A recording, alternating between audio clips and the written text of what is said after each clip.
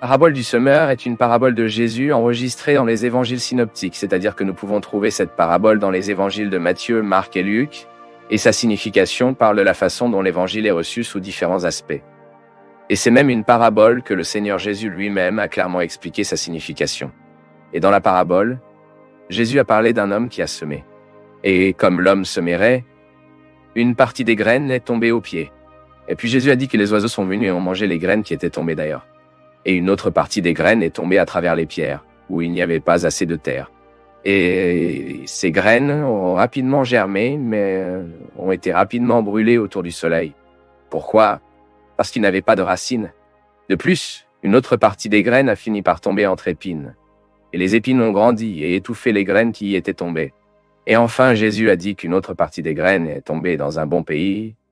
Et ces graines ont germé, ont grandi et des fruits. Un à 100, un autre à 60 et un autre à 30. Eh bien, la première chose que nous devons faire ici, afin que nous puissions mieux comprendre le sens de la parabole de semis, est de considérer le contexte dans lequel Jésus a dit cette parabole. Et la Bible dit que Jésus a dit à la parabole du semeur quand il a parlé à une grande foule au bord de la mer. Il est entré dans un bateau et la foule se tenait sur la plage en écoutant ces mots.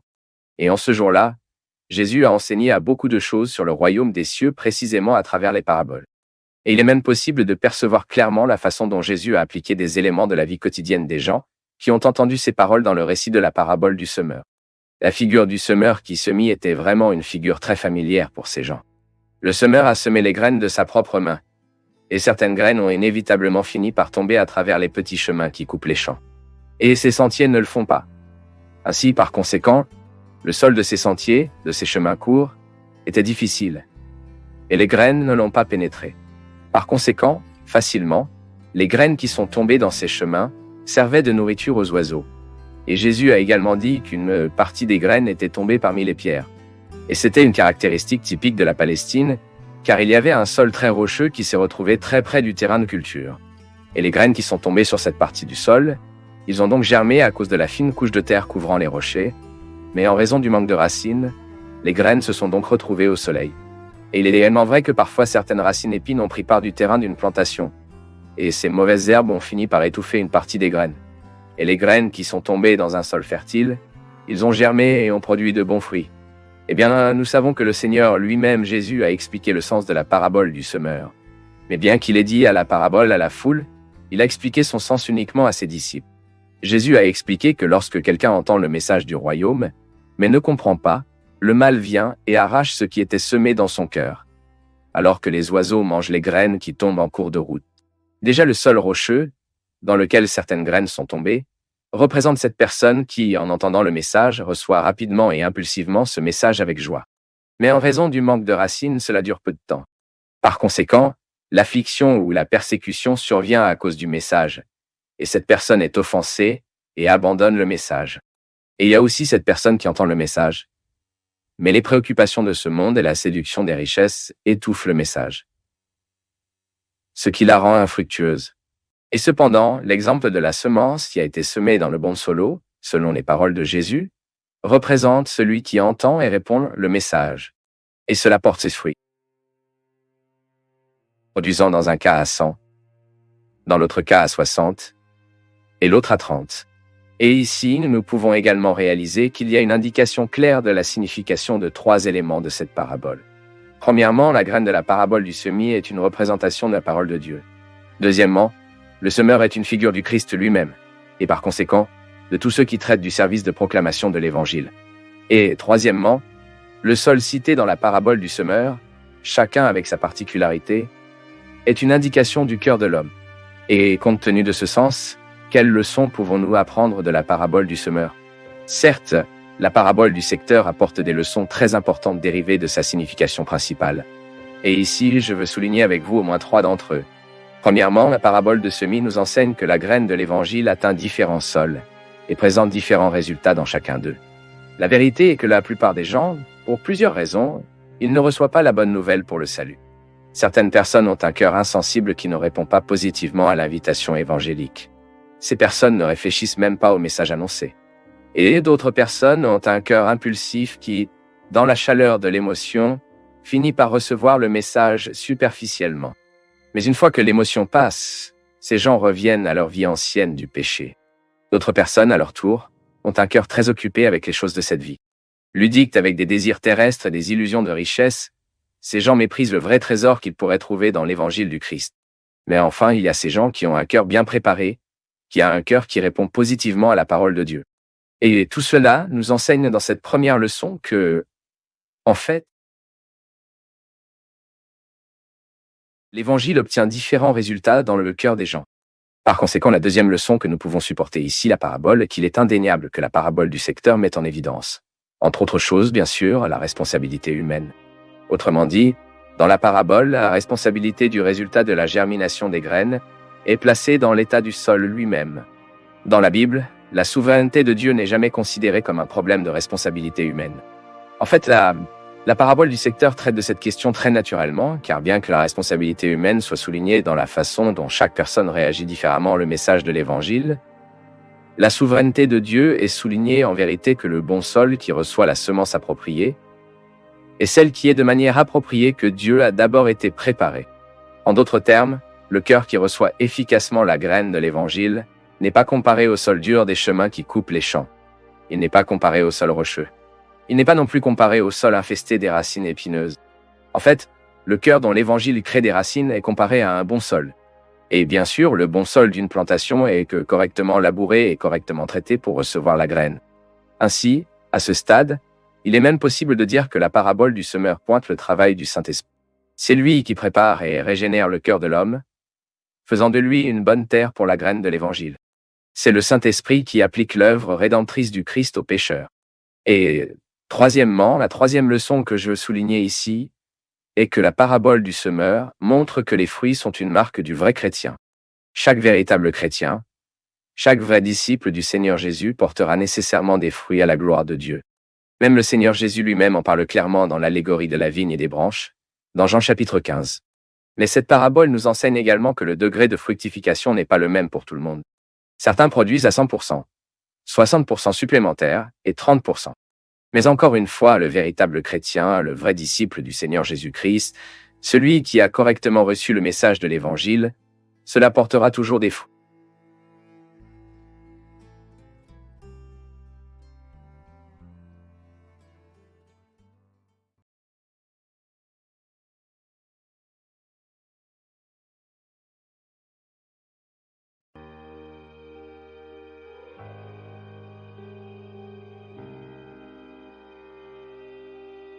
Tout le monde connaît comment David a vaincu Goliath, le géant qui a défié Israël au nom des Philistins.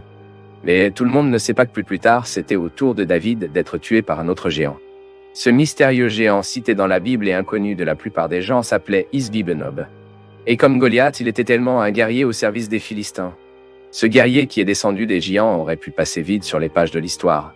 Même après cet affrontement contre Isbi-Benob, David a finalement été informé par ses chefs militaires de ne plus aller à la guerre en menant les troupes israéliennes. La taille était le risque qu'il courait. Mais qui était vraiment un Isbi-Benob? D'où vient-il? Quelle est votre vraie histoire? Et comment a-t-il changé le comportement du roi guerrier le plus célèbre de la Bible?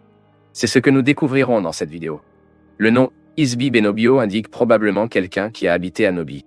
Cependant, certains interprètes attirent l'attention sur la possibilité que ce ne soit pas un nom personnel.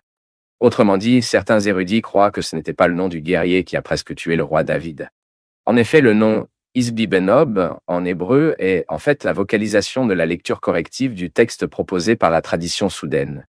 Pour ceux qui ne le savent pas, le texte biblique hébreu est consonne, c'est-à-dire qu'il n'est formé que par les consonnes. Ensuite, les érudits juifs médiévaux, qui ont travaillé pour préserver le texte biblique, ont ajouté des signes au texte d'origine pour indiquer comment il doit être lu ou prononcé correctement. Par conséquent, nous avons le texte avec des signes de bourse, ce qui est essentiellement la façon dont le texte doit être lu, et nous avons également le texte hébreu des consonnes, uniquement avec des consonnes, la façon dont elle a été écrite à l'origine. Le problème est que cela peut souvent changer l'interprétation d'un passage biblique particulier. Dans le cas particulier d'Isbi-Benobio, la lecture du texte avec les nominations du concessionnaire semble favoriser l'idée que c'était un nom personnel. Cependant, le texte hébreu, tel qu'écrit à l'origine, peut également être compris comme se référant uniquement à un groupe générique de Philistins de Nob, parmi lequel était un guerrier descendant de Rapha, et dont la pointe de sa lance pesait près de 4 livres. Sachez que si cette compréhension est adoptée, alors le guerrier philistin qui a affronté David est en fait anonyme dans le dossier biblique. Mais malgré ce doute, bien qu'il ne soit pas tout à fait certain de son nom, la position la plus acceptée parmi les interprètes bibliques est que, en fait, Isbi Benobio était vraiment un homme d'une grande stature. Le texte biblique dit qu'Isbi Benobio était un descendant de Rapha, dans le 2e livre de Samuel, chapitre 21, verset 16. Mais qui était Rapha? La plupart des commentateurs conviennent qu'il s'agit d'une référence au refoulement, qui était un groupe de Jainson. Même dans le texte biblique, le terme Rephaïm peut également se référer aux Émines, aux Anzumines et aux Anakiens. Ces personnes, connues pour leur grande stature, appartenaient à des peuples anciens, qui ont été expulsés lors des réalisations de Joshua à Canaan. Mais il semble que certains de leurs représentants aient été établis parmi les Philistins. Cela semble avoir été le cas de géants tels que Isbi Benobi, Goliath et d'autres guerriers qui ont combattu aux côtés des Philistins. Mais malgré les petites informations bibliques sur Isbi Benobio, il est facile de conclure qu'il était un guerrier qualifié. Le texte biblique dit qu'il portait de nouvelles armes et que la pointe en bronze de sa lance pesait plus de 3 livres. Fait intéressant, la pointe de la lance du géant de Goliath pesait 2 fois plus. Et selon l'écrivain biblique, Isbi Benobio a attaqué le roi David et était presque écrasant. À ce moment-là, David était déjà épuisé par la bataille. Ainsi, Abisai, le neveu de David, qui était également l'un de ses braves guerriers, il a sauvé le roi et a tué le Philistin géant. Le texte biblique ne se soucie pas de sortir avec cette bataille dans laquelle Isbi Benobi a presque vaincu David. Certains croient que cette guerre aurait dû se produire au début du règne unifié de David, peut-être avant que Jérusalem ne devienne la capitale politique et religieuse du royaume d'Israël. D'autres croient que cette bataille aurait dû se produire plus tard, lorsque le roi David a peut-être déjà vieilli. Cependant, ce qui est clair dans le texte biblique, c'est que la confrontation entre David et Isbi Benob a exprimé de profondes préoccupations en Israël. Après tout, David s'est échappé de peu contre ce géant. Mais l'action rapide d'Abisai, le frère de Joab, signifiait également une autre démonstration de la providence divine dans la protection du roi connu pour être un homme selon le cœur de Dieu. Cependant, la peur dans cette bataille a fait que les hommes de David ne lui permettent plus de se battre. Les commandants israéliens ont observé la vulnérabilité du roi, et ils ont conclu unanime que David était très précieux pour la nation en danger sur les champs de bataille. Ils ont ensuite déclaré que cela aurait été la dernière confrontation militaire dans laquelle David avait agi en tant que commandant.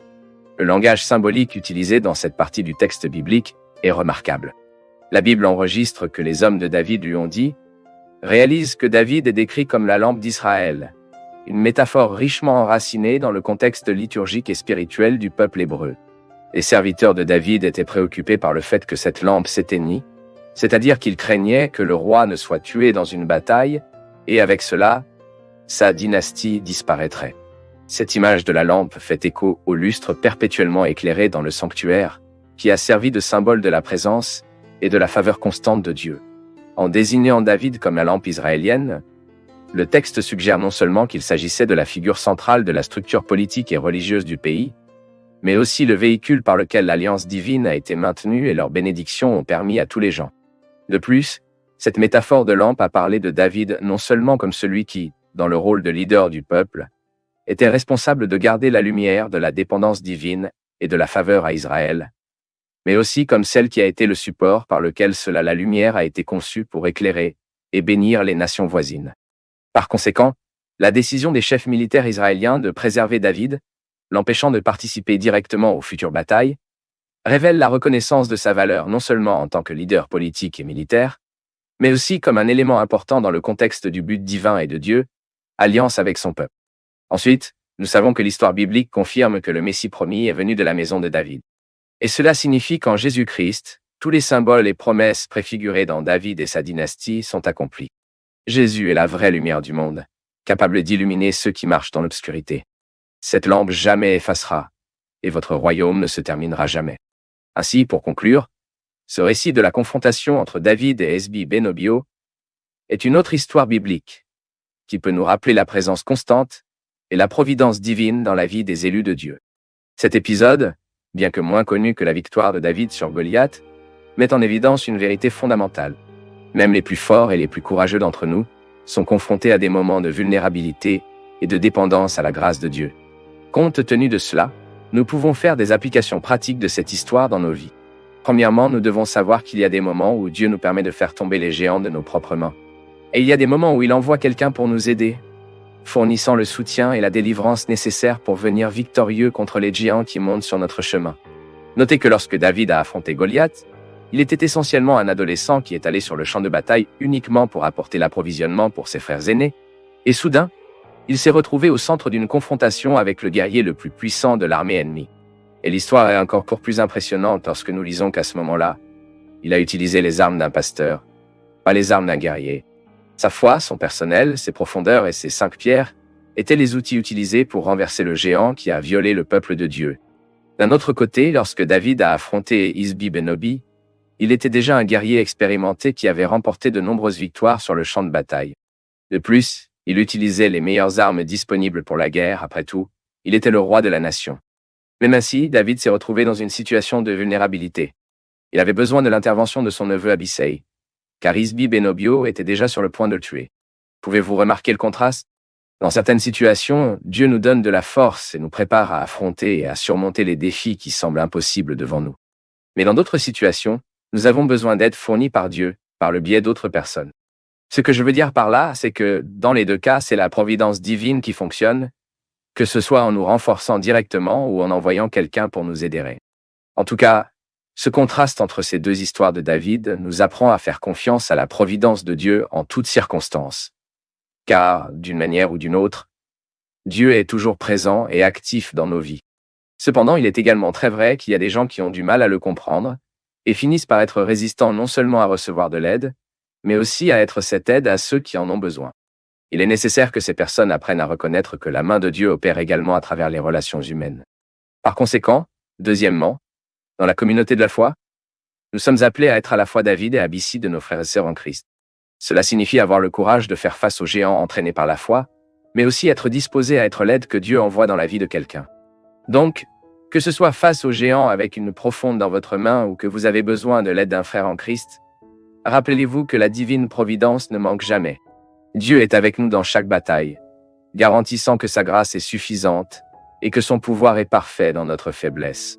Puissions-nous alors marcher avec confiance, sachant que quel que soit le géant que nous sommes confrontés, la victoire finale appartient toujours au Seigneur. Et si nous avons du mal à comprendre ce principe, alors notre prière soit pour que le Seigneur nous aide à voir sa main puissante dans toutes les batailles de nos vies, pouvoir affronter des géants ou en envoyant de l'aide par le biais de nos frères et sœurs, afin que nous puissions pleinement faire confiance à divine providence, sachant que Dieu est avec nous à tout moment. Troisièmement, la réaction des hommes de David en le préservant comme la lampe Israël dans ce contexte, cela peut également nous apprendre quelque chose sur la valeur du leadership spirituel et nous rappeler que même nos dirigeants, aussi qualifiés, sont également faillibles et ont parfois besoin d'aide, de confort, de protection et de soins. Dans nos communautés, nous devons apprécier et protéger ce que Dieu a placé en tant que leader de son travail sur cette terre. Reconnaissant le rôle que ces personnes jouent dans les ministres en tant que ministres de l'Évangile, la construction de l'Église et la projection de la lumière divine dans un monde dominé par l'obscurité. De plus, dans l'Église du Nouveau Testament, ce rôle d'être porteur de la lumière divine, avant que le monde ne tombe sur tous les croyants. Comme expliqué, le symbolisme de David en tant que porteur de la lumière en Israël trouve son épanouissement complet et final en Jésus-Christ, la vraie lampe qui ne sort jamais. Mais en tant que disciples du Christ, nous sommes appelés à refléter cette lumière éternelle dans nos vies, illuminant la voie avec la vérité de l'Évangile à ceux qui marchent encore dans l'ombre du doute et du désespoir. Maintenant, dites ici dans les commentaires si vous connaissiez déjà cette histoire de gigantisme et de Bénob dans la Bible. Et si vous souhaitez vous approfondir davantage dans les connaissances bibliques, vous pouvez étudier la théologie avec nous de n'importe où, entièrement en ligne, à travers des leçons vidéo et un certificat d'achèvement. Les informations sont dans la description de la vidéo et le premier commentaire.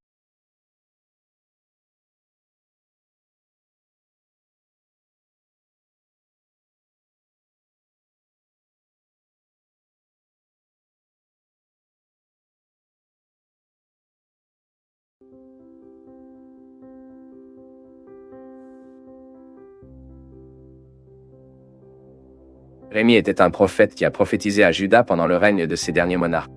Cela signifie qu'il a prophétisé pendant la période de déclin et de chute du royaume du Sud au 7e et 6e siècle avant Gisée.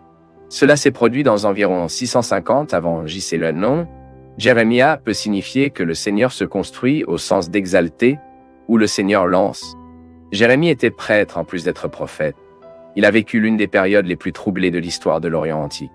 À la naissance de Jérémie, Israël, dans le royaume du Nord avec le capitaine en Samarie, était tombé pendant au moins 70 ans avant l'Empire assyrien. Au cours de son enfance, les règnes de Manassé et Amon étaient marqués par l'apostasie et l'idolâtrie. Et Manassé lui-même ont complètement annulé le réforme initié par Ézéchias, son père. Néanmoins, dans la ville sacerdotale d'Anathoth, Jérémie a eu des contacts avec la tradition religieuse de son peuple et a grandi dans une maison effrayante et obéissante à Dieu, où il a été instruit dans la loi et a également reçu une connaissance approfondie des prophéties des prophètes précédents. Misaïa, Amos et Oséa. Si la situation interne à Juda était regrettable en raison du déclin religieux et du paganisme, l'environnement international était également assez occupé, avec un climat de tension constante impliquant les Assyriens, les Égyptiens et les Babyloniens. C'était le scénario dans lequel Jérémie a passé ses premières années. Lorsque le roi Manassé est décédé, Jérémie avait probablement environ 10 ans. Amon, fils de Manassé, a régné pendant 2 ans entre 642 et 640 avant J.C. Dans Josia en 627 avant J.C. dans la description de votre appel, nous pouvons réaliser la forme souverain avec laquelle Dieu l'a appelé. Dans Jérémie, chapitre 1, verset 5. Lisons. Cette réponse de Jérémie, en plus d'indiquer une possibilité prématurée d'exercer une telle responsabilité, peut également signifier qu'il était encore spirituellement et socialement immature. Une personne humble qui n'avait aucune confiance en soi. Face à l'objection de la jeune Jérémie, le Seigneur l'a rassuré en disant « Aucun thème ». Le Seigneur l'a également averti qu'il parlerait tout ce qui lui avait été ordonné. Mais il a également promis qu'il serait avec lui pendant les terribles années d'approche de l'affliction. Le prophète Jérémie a exercé son ministère dans une période d'au moins 40 ans et a prophétisé pendant les règnes de 4 rois de Juda, marqué l'histoire du monde. C'est la même année que Nabopolassar, père de Nabuchodonosor, a profité de la mort du roi de Syrie et du gouverneur de Babylone, et a commencé une montée du pouvoir qui a entraîné la chute de la Syrie et la floraison du grand empire babylonien. Le ministère du prophète Jérémie a commencé à Anathoth, et il y est probablement resté pendant quelques années, peut-être apparemment en tant que prophète insignifiant d'un petit village. Il y a une période de silence dans le ministère de Jérémie vers 13 ans, où il n'y a aucune information sur sa vie. Et probablement pendant cette période, après la mort de Josia, Jéhoakhaz a été placé sur le trône de Juda, mais il n'a régné que pendant 3 mois, étant déposé par le Pharaon. Pour servir les intérêts de l'Égypte, Jéhoakim a été mis à sa place. Mais le prophète Jérémie était contre les dirigeants de Jéhoakim. Et c'est dans les premières années de son gouvernement que le prophète a proclamé sermon important dans le temple qui a entraîné son bannissement et a presque coûté sa vie. Jérémie a également prophétisé la mort de Jéhoakim. Après la mort de Joachim, son fils Joachim a pris le relais, mais a statué pendant seulement 3 mois avant d'être emmené à Babylone. À sa place, Nabuchodonosor a mis les Édéchias.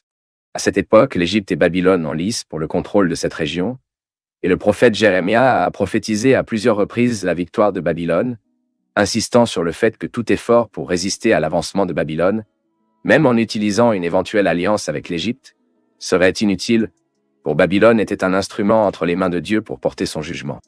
Bien sûr, cette position de lui a valu la persécution. Bien que le ministère du prophète Jérémie soit assez long, son message principal est très clair et nous pouvons le marquer comme suit. Tout d'abord, le prophète Jérémie a appelé le peuple à se repentir afin d'éviter le jugement divin. Deuxièmement, le prophète Jérémie a averti que le temps de repentir s'était épuisé et que Juda subirait le jugement de Dieu. Un tel jugement serait très grave, car cela impliquait la perte des terres promises. Troisièmement, Jérémie a prophétisé que la captivité babylonienne serait inévitable et que Jérusalem tomberait devant Nabuchodonosor. Quatrièmement, Jérémie a montré, à travers son message, que Juda méritait la captivité en raison des péchés graves, en particulier de l'idolâtrie, qui persistait à s'engager. Cinquièmement, le prophète Jérémie a annoncé que le temple de Jérusalem ne pouvait pas protéger les Juifs contre le jugement imminent. En 6e place, Jérémie a également prophétisé que Dieu sauverait un reste de son peuple par l'exil, car à la fin de la période captive, il y aurait une merveilleuse restauration sous une nouvelle alliance. Le Nouveau Testament nous montre que cette promesse trouve sa plein épanouissement en Christ. Quand nous lisons le prophète du prophète Jérémie enregistré dans son livre, Nous comprenons que son message a servi à rappeler aux exilés les raisons qui les ont conduits aux épreuves auxquelles ils étaient confrontés. Aussi à leur assurer que, lorsqu'ils se repentent, ils retourneraient à Jérusalem et profiteraient de grandes bénédictions.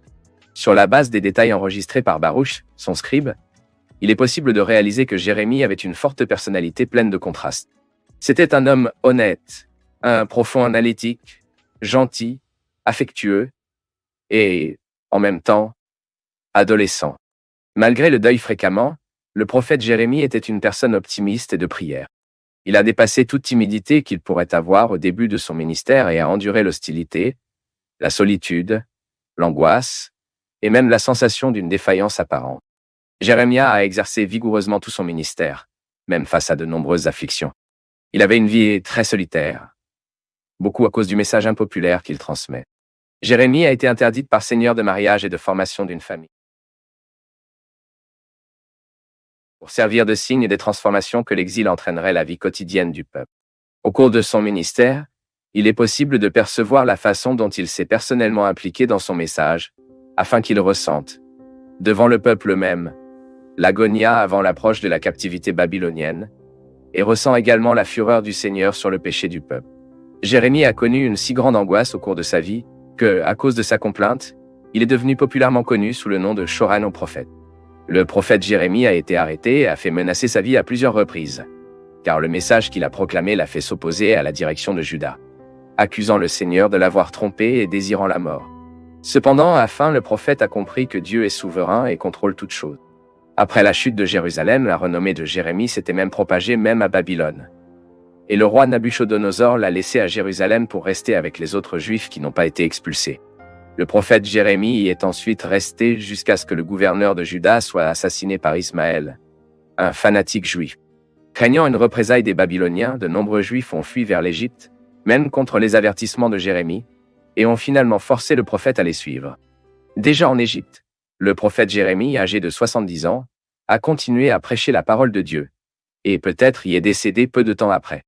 En fait, on ne sait rien des circonstances de sa mort, bien qu'il y ait eu une tradition qui prétendait que Jérémie est décédé lapidé par les Juifs à Taphnis. Il est également venu chez les Juifs la conviction que le prophète Jérémie ressusciterait des morts et restaurerait le tabernacle, apportant l'arche de l'alliance et l'autel de l'encens qui, soi-disant, il se serait caché dans une grotte pendant la chute de Jérusalem. Peut-être que cette ancienne croyance pourrait expliquer pourquoi certains ont dit que Jésus était Jérémie, comme la réponse donnée par les disciples face à la question de Jésus sur ce que les gens ont dit de leur identité. Il est intéressant de savoir que le prophète Jérémie a été contemporain pendant un certain temps du prophète Saphonias, du prophète Nahum, du prophète Ézéchiel et du prophète Daniel.